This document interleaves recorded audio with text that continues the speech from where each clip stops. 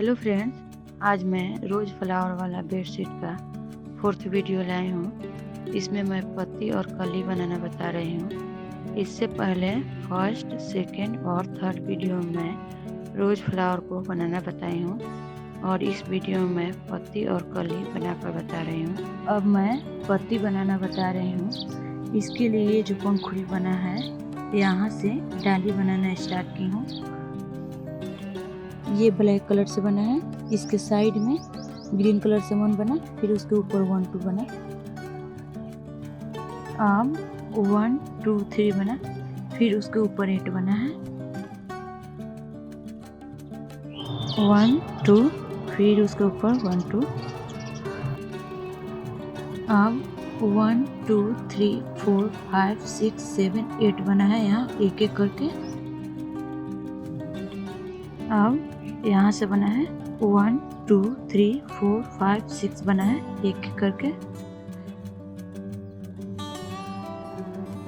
फिर 1 2, फिर उसके ऊपर 1 2, फिर उसके ऊपर 1 2 बना है।